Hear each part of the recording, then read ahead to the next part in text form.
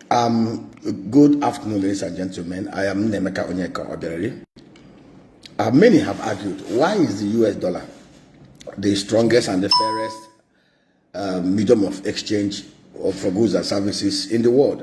Some people have argued, oh, why not the pounds? Why not the yuan? Why not the currency of the Russians and the rest of it?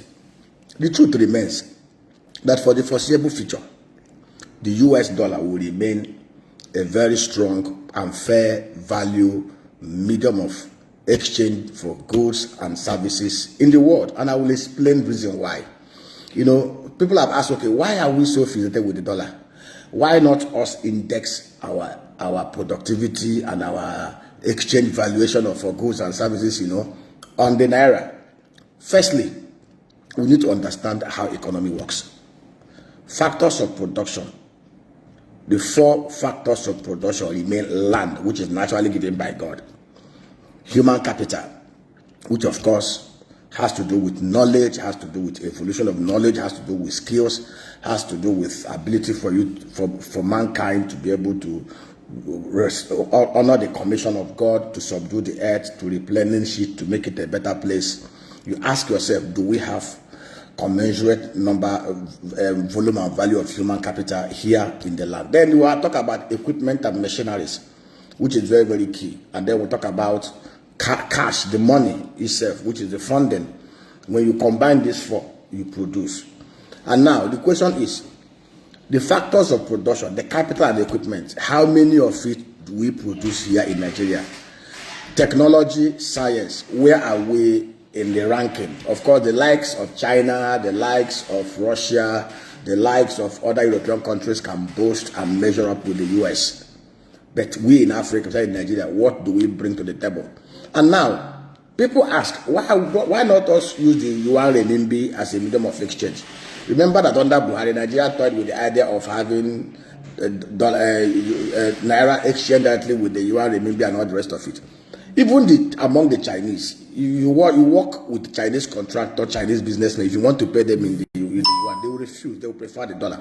So for most of us who don't understand, the value the whole world places on the dollar is a piece of paper that is even cheaper to produce than naira. Is the confidence that the world has on the institutions of the US, on the going concern of the US as a country, and the adherence to law and order. In the US, Biden cannot call the Federal Reserve Bank chairman of America and ask him to print dollar for him, the way Buhari called up Emefiele to print out 23 trillion naira that they looted and used to mess up the economy. The Chinese premier, Xi Jinping, can easily manipulate the currency, can easily call the Federal Reserve chairman of China and tell him what to do. If he doesn't do it, they will decapitate him. The Russian strongman Putin can do the same thing. But it's very, very difficult for you as the Federal Reserve Bank chairman in the US, for the president to just pick a phone call and call him and direct him on what to do. You saw under Trump and even under Biden that the Federal Reserve chairman will always tell you, I am not beholden to politicians and political office holders. He is beholden to working independent. The Central Bank of America is supposed to be independent. One of the reasons why America still remains one of the strongest countries and economies in the world, because of the respect for rule of law. Of course, I'm not saying that there is no corruption in America. Of course, you can see some of the games they play. America has no strong barometer for morality. America respect for morality and ethics is defined by the nature and the level of interest, that national interest that is represented. That is why you see them in one place, they're talking about democracy. They are doing all manner of things. In other places, they are supporting dictators, because what is paramount for them is this American interest. But within America itself, you could see strong institutions that are not easily manipulated the way you manipulate things in third world. So when people talk about, BRICS, okay, the economy of the BRICS nations, Brazil, Russia, India, China, and South Africa, they represent 37% of the global GDP. The economy of the G7, of course, US, Japan, Canada, France, Italy, Germany, and the G7. They say, oh, the G7 economy GDP is about 29% of it. So the BRICS are bigger, and of course they've added some other people to them. So very, very soon they'll print their currency, and it will surpass the US dollar. It's not true. It's not going to work. The truth is, even among those BRICS nations, they have more trust in the dollar, their own local currency, because the level of manipulation that goes on in China, the level of manipulation that goes on, China can wake up and devalue their currency just to make their imports cheaper. But in the US, you cannot just wake up and twinkle with the system. There are processes. So for those of us who do not understand why the US dollar still remains a very strong and fair value medium of exchange, it is the faith the whole world has on the institutions of that nation as a country. The day America begins to become lawless and begins to have a strong man kind of arrangement like we have in Saudi Arabia, where somebody can cause somebody to be beheaded and nothing will happen, where they can do all manner of rareness, that is the day the US dollar will start depreciating in value or start decaying as a central medium of exchange for the whole world. Even among the Russians, if you do a business with a Russian, you want to pay him with Russian ruble, he will not accept it. He will prefer the dollar. Even among the Chinese, if you do a business with a Chinese guy and you want to pay him with yuan renminbi, he will not accept it. He will prefer the US dollar. Why do you think? The same thing, even with the Israeli currency, most people will prefer to use Israeli currency because the Israeli run a democratic government. A country where a prime minister can be tried. Do you know how many times they've tried their former prime ministers? Prosecuted them, drew them left and right. In some of these other countries that they call BRIC countries, how many times have you seen them questioning and querying their head of states and all those stuff? You saw the way Putin and the other guy, Medvedev, played the game with their constitution. Oh, this one, after 8 years, you cannot do another one. After 8 years, Putin became prime minister, Medvedev became president, and he was teleguiding Medvedev. After 8 years, Medvedev handed over to him again, and he has been in power for over 20-something years. And you think such madness can happen in the US? So, for most of us who don't understand, for a country to be very, very strong, for a country to be respected geopolitically, that country must bring something to the table. Nigeria is not respected because we are not productive. There's no value we are bringing to the global public. In fact, in the early 60s, and the early 70s, Nigeria was a very strong voice in Africa. Nothing happens in Africa without Nigeria being consulted, because we have a very productive economy and we had leaders who had their brains intact. We had Ahmadu Bello, we had Obafemi Awolowo, we had Zik, we have the great Michael Okpara. We had leaders who were respected. Even in 1999, 2007, Obasanjo was well respected globally. But today, what we have is all manner of rareness, all manner of compromised characters in place of power and authority. One DIG of police mentioned the other day that in the Senate, practically 60% of the Senate were former drug barons, criminals, money launderers, thieves that you prosecuted.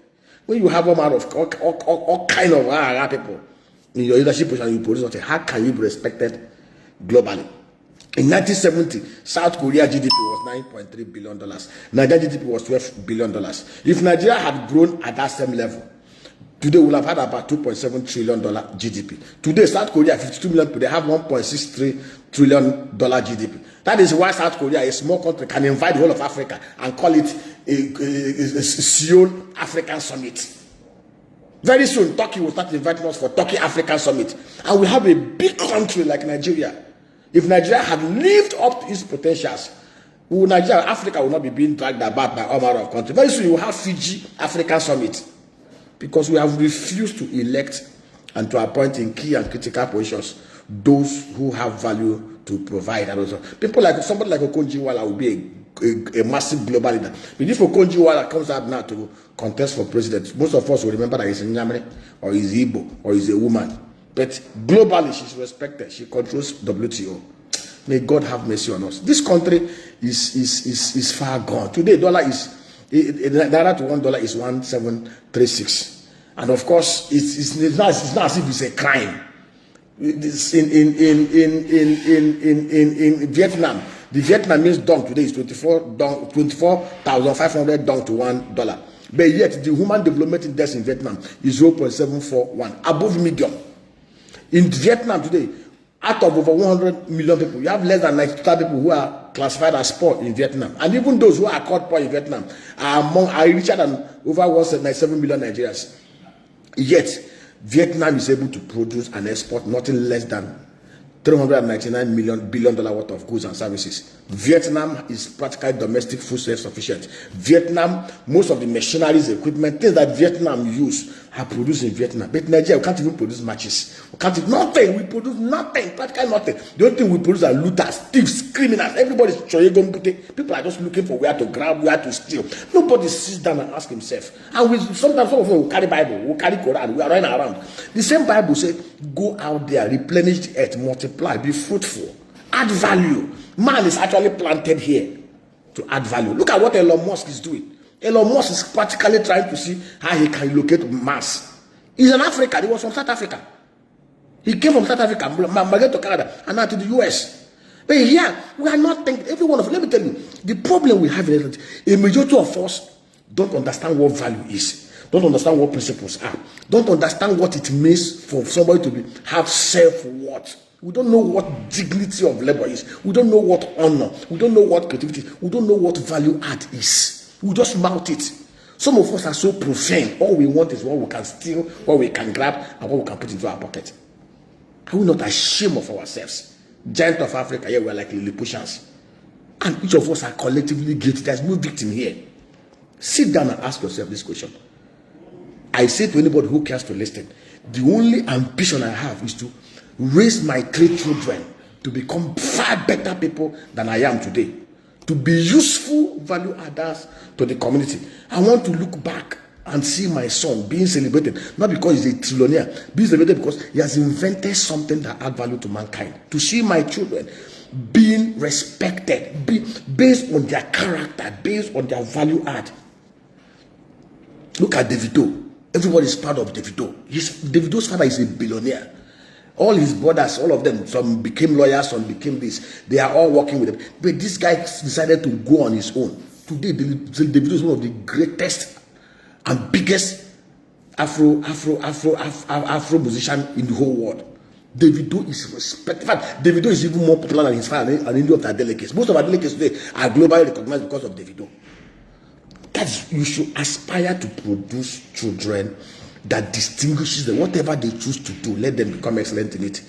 Now you produce, most of the unknown gunmen we have, bandits, Boko Haram, our children, our brothers, our sisters, our nephews, people that we refuse to educate, we refuse to train.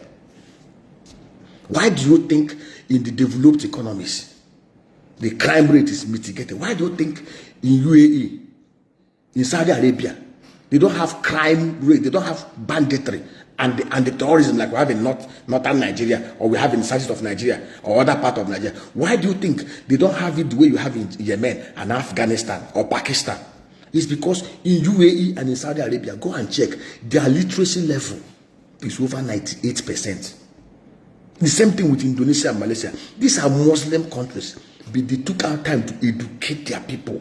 When a man is educated and trained and learned, he understands what value for life is. A man cannot tie bomb on himself to kill. Even most of those who you think are educated, who become suicide bombers, were not properly educated. They were brainwashed from their homes. May God have mercy on us. Thank you. God bless you all for listening.